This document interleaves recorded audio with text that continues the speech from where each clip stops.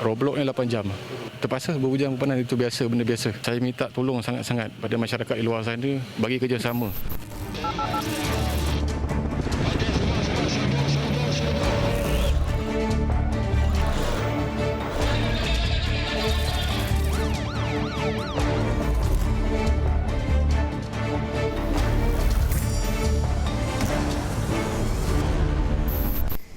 Assalamualaikum dan salam sejahtera. Anda sedang menonton 999, program jenayah nombor 1 di Malaysia. Saudara, mereka menjaga sekatan jalan raya demi mengekang penularan wabak COVID-19. Bermula PKP 1.0 tahun lalu sehingga kini, mereka tetap berjuang. Berat mata memandang, berat lagi bahu yang memikul. Itulah yang dapat menggambarkan tanggungjawab pasukan polis Diraja Malaysia ketika pandemik ini.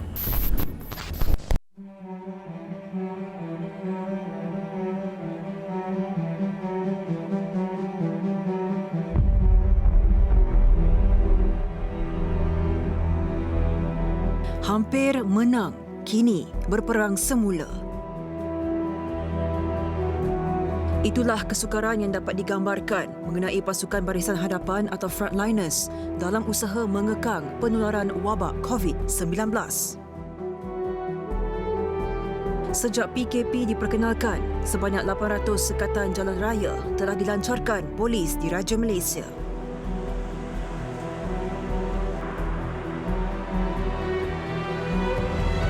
Dikala statistik jangkitan virus COVID-19 pada tahap membimbangkan, Ketua Polis Johor, Dato' Ayub Han Maidin Piche, turut menambah bilangan sekatan jalan raya SJR di negeri itu kepada 62 lokasi berbanding 53 sebelum ini. Berapa kilometer Kulai ke Skudai? Arahan sekarang, awak tidak boleh keluar lebih daripada 10 kilometer. Tapi awak dah keluar lebih-lebih je. Iskandar Puteri, Johor. Pegawai Penyiasat Trafik IPD Iskandar Puteri Johor Bahru, Inspektor Nur Hakimi Mohamad, antara yang terlibat secara langsung dalam penugasan tanpa henti pasukan polis di beberapa lokasi SJR sejak tahun lalu. Tugas hakikinya adalah sebagai Pegawai Penyiasat Trafik Ibu Pejabat Polis Daerah Iskandar Puteri di Johor Bahru. Rutin mereka hanyalah sekelumit daripada apa yang dilihat masyarakat. Hakikatnya, tugasan berganda menanti setiap hari. Sebagai Pegawai Penyiasat Trafik, Nur Hakimi turut bertanggungjawab untuk menyiapkan kertas siasatan bagi kes melibatkan kesalahan trafik. Bagi setiap kes yang diterima, proses siasatan akan dijalankan secara menyeluruh termasuk menganalisis kenderaan yang terlibat dalam setiap kejadian. Namun, rutin harian pegawai polis ini semakin mencabar apabila setiap hari perlu bergegas ke lokasi SJR mengikut jadual yang ditetapkan.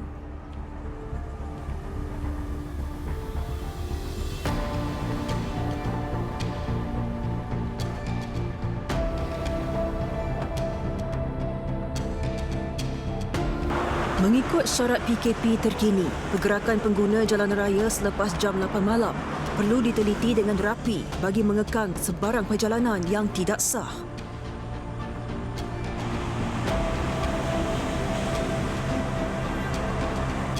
Namun, menurut Inspektor Nur Hakimi, masih ramai orang awam yang mengambil mudah sekatan jalan raya yang dijalankan tanpa memikirkan kesan penyebaran wabak COVID-19.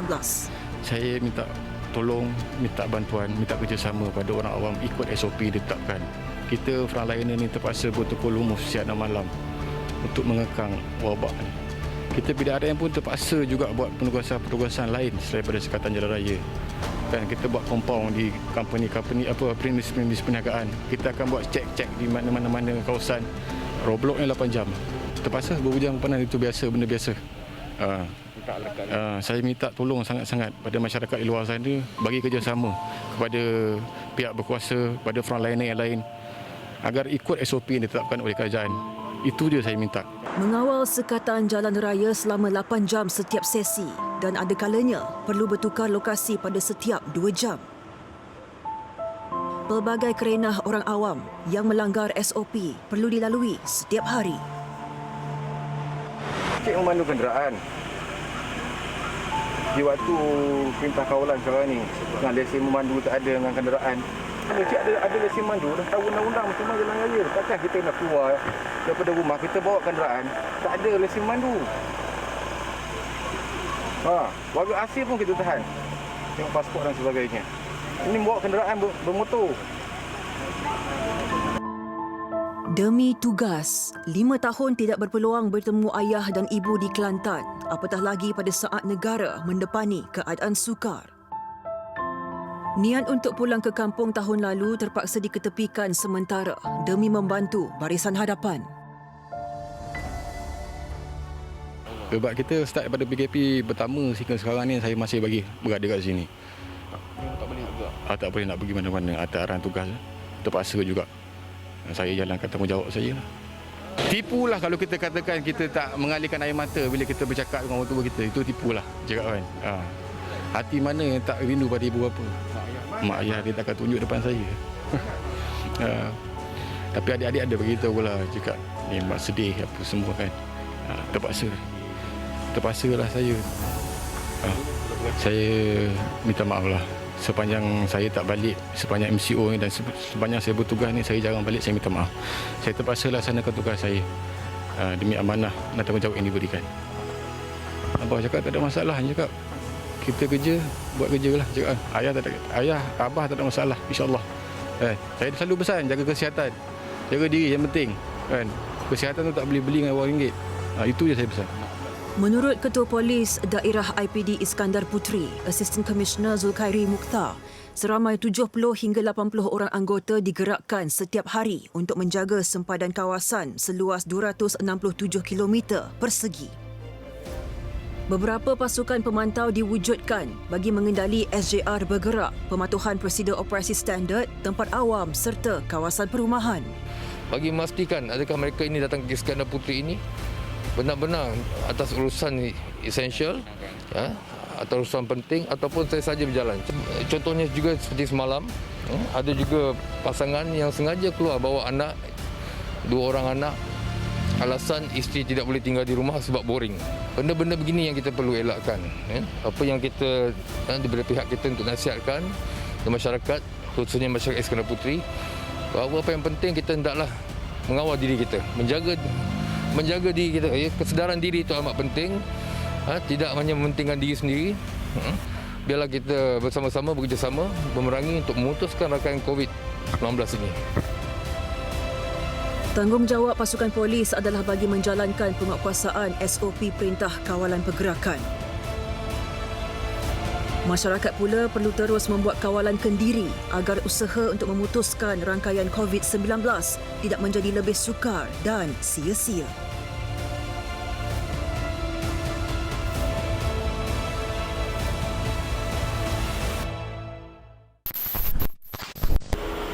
Panjat. Kita tak ada kunci panjat. Ni, panjat. Dah boleh panjat dah.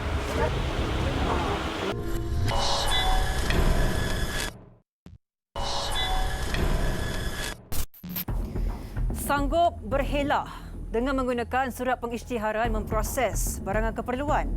Hakikatnya, operasi kilang menjurus kepada pengeluaran barangan bukan keperluan. Itulah antara taktik yang dikesan polis ketika pemeriksaan dijalankan ke atas kilang kitar semula logam dan kilang kayu arang yang melanggar prosedur operasi standard SOP Perintah Kawalan Pergerakan PKP 3.0 Sabtu lalu.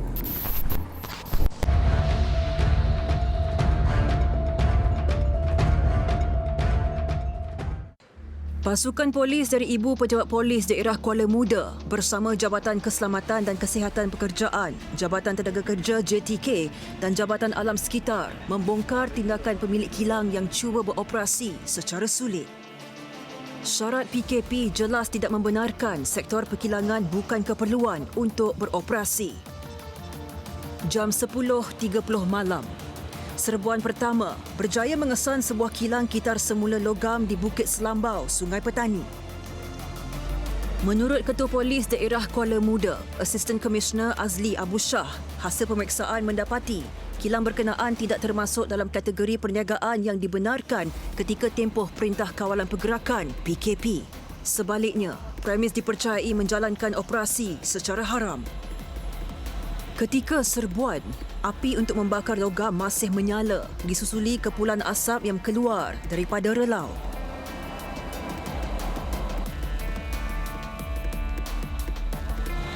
Ini bekerja betul. Operasi lah.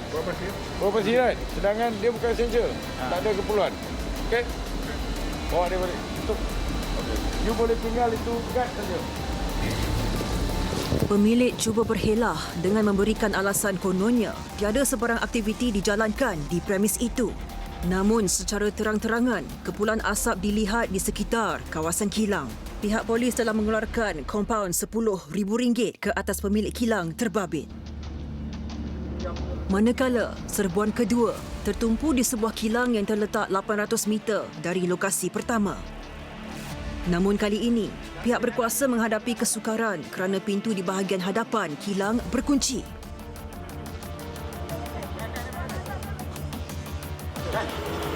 Panjat. Dia kata tak ada kunci panjat. Panjat. Dah boleh panjat dah.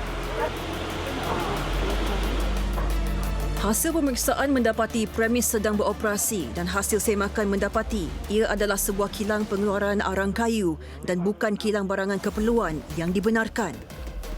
Malah, pemilik kilang cuba memperdaya pihak berkuasa dengan mengemukakan surat pengisytiharan kilang memproses minyak dan gas.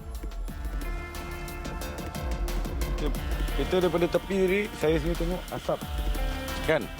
Dan kita tengok relau dia, tempat relau ya. Kita boleh panggil relau lah. Tempat dia bakar memang masih berasap. Kita panjat, dia delay dengan alasan tak ada kunci, tapi dia matikan mesin ni. Tapi dia tak boleh tipu kita sebab masih berasap lagi. Dan saya dah tunjuk pada tuan-tuan, setiap pintu tu dia ada tulis 4/6, 5/6 berserta dengan dia punya punch card. Maknanya itu adalah bukti dia beroperasi tanpa henti. Beberapa pekerja warga asing turut ditemukan sedang leka melakukan kerja-kerja membakar kayu arang pada jam 11.30 malam. You kenapa lari? Betul. Lari. You kerja? Ya. You kerja? Ya. You buat kerja? Ya. Pemilik kilang dikenakan kompaun sebanyak RM10,000 kerana melanggar SOP yang ditetapkan dan tidak jujur ketika memohon surat kebenaran untuk menjalankan operasi. So kalau dalam komputer dia tengok, you kata otomotif, dia bagi keluaran. Sekarang ni you declare sektor minyak dan gas. Mana you punya minyak, mana you gas? Betul? You declare tak betul. You tahu ni satu kesalahan kan? You mau buat bisnes kita bagi. Tapi mesti ikut rule. Betul? Kena macam tu sebab you akan efek pada public. Okey, tak apa. You stop. Tapi produknya semua stop bagi itu jalan sampai. Mulai ini stop. Okey, Tutup terus. Berhenti. Okey? Sementara itu, menerusi pemeriksaan Jabatan Tenaga Kerja JTK, mendapati kilang memproses kayu arang ini gagal menyediakan asrama pekerja yang sempurna dan tidak mengikut peraturan yang ditetapkan sehingga mampu menyebabkan penularan penyakit. Kilang ini dikenakan kompaun sebanyak RM20,000 di bawah Akta Standard Minimum Perumahan, Penginapan dan Kemudahan Pekerja 1990 Akta 446 berikutan tidak menyediakan kemudahan asas mencukupi. Manakala, siasatan mengikut Seksyen 24D Akta 446 turut dijalankan gara-gara asrama pekerja warga asing ditempatkan di kawasan kilang tanpa perakuan penginapan. Yang paling ketara sekali, saya boleh merasakan bahawa majikan ni gagal mendapatkan perakuan penginapan daripada kita punya JTK terlebih dahulu. Okay. And then satu lagi dari segi kemudahan asas yang perlu disediakan setiap pekerja, iaitu tilam mesti disediakan oleh majikan contohnya ketebalan 4 inci dan juga almari yang berkunci. Kalau kita tengok sini, almari ni memang tak berkunci lah. Okay. And then satu lagi dari segi keselamatan dalam salah satu kontena yang kita tengok ni, kita tengok wiring dia pun kurang memuaskan yang boleh mengakibatkan kebakaran lah kalau kata benda yang tak ingin terjadi kan. Kedua-dua kilang yang diserbu diarahkan tutup dan tidak dibenarkan beroperasi.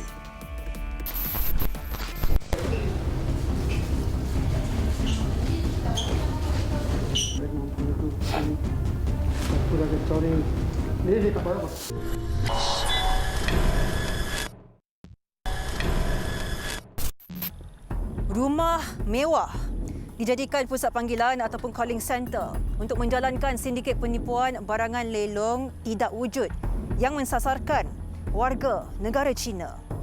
Majikan pula mengarahkan pekerja untuk tidak keluar premis semata-mata untuk mengelak daripada dikesan pihak berkuasa.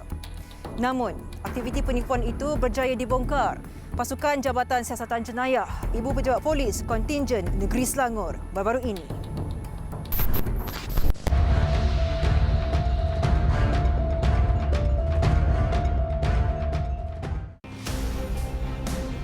Setelah menjalankan risikan hampir 1 bulan, pasukan D7 Ibu Pejabat Polis Kontingen Negeri Selangor dan Ibu Pejabat Polis Daerah Kajang menjalankan serbuan ke atas 2 buah rumah jenis banglo 3 tingkat di Taman Suria Villa, Kajang, Selangor. Premis dijadikan pusat panggilan atau calling center bagi menjalankan sindiket lelongan jualan barangan tidak wujud.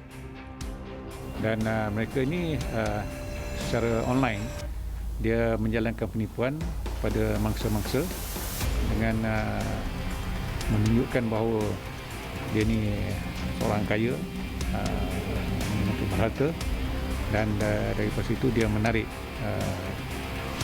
golongan-golongan yang berpotensi untuk dijadikan mangsa ni untuk cuba mengikut gaya hidup dia.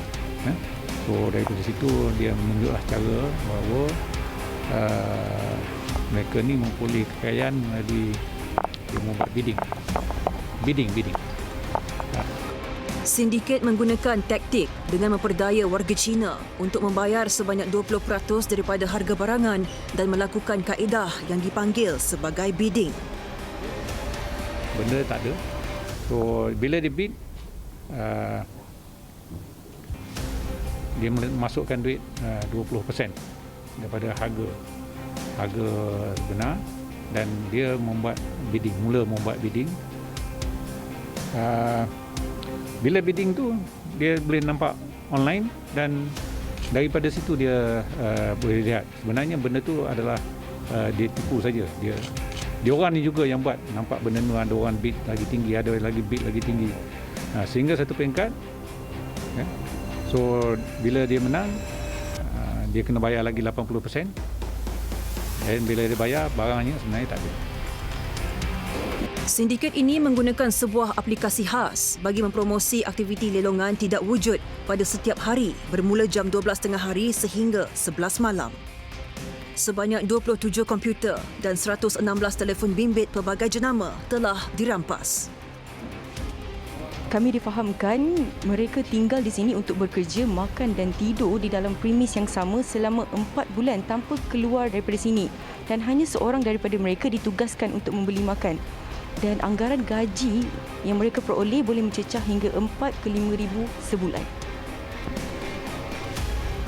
Serbuan berjaya menahan seramai 31 orang termasuk 9 warga asing dan 22 orang warga tempatan. Kes disiasat mengikut Seksyen 420 Kanun Keseksaan. Kesemua tangkapan dan rampasan dibawa ke IPD Kajang untuk tindakan lanjut. Laporan Syahirah Azhar 999. Terima kasih kerana setia bersama kami sehingga ke penghujung rancangan. Amalkan kawalan kendiri, pakai pelitup muka dan patuhi SOP. Lindung diri, lindung semua. Mewakili tim produksi 999, saya Sofia Nur Solehatun mengucapkan Assalamualaikum dan selamat malam. Ingat, jenayah membawa padah.